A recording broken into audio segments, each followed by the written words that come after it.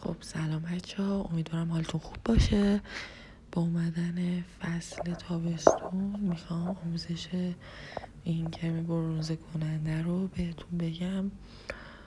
خب بچه نکنیم برای که به این بافتی که توی ویدیو میبینین برسه و این نتیجه که روی دست من میبینین، باید شما یه کرم ضد آفتاب همونطور که توی تصویر میبینین که به درد نمیخوره، یا یه پلت سایه‌ای که اصلا استفاده نمی‌کنین و توناژ گرم داره، و حالا یه پنکیکی هم اون وسط هست برای تثبیت رنگ که مثلا زود پاک نشه. خب همونطور که میبینین من ضد آفتاب آماده کردم، همینطور سایه ها.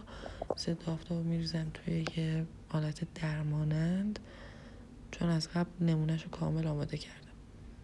تمام سایه هایی که به درد نمیخوره رو میتکونم توی این در. خب حالا که اینا رو تکوندیم، شروع میکنیم به میکس کردن این چند تا رنگ گرمی که دیگه استفاده نداریم ازشون. شروع میکنیم به میکس کردن تا یه بافت یک دستی به ما بده. خب این همونطور که میبینین یکم رنگش تونژ سرتری پیدا کرد به اون نمونه اولی که من درست کرده بودم. یکی این که ضد آفتاب خیلی سفید بود و دو این که اصلا تونژ رنگایی که این سری استفاده کردم خیلی کمتر بود تا قبلی، چون میخواستم این بافتم امتحان کنم. حالا شما اگه میخواین اون بافت اولیه به دست بیاد، یه ذره رنگاتون رو بیشتر بذارین.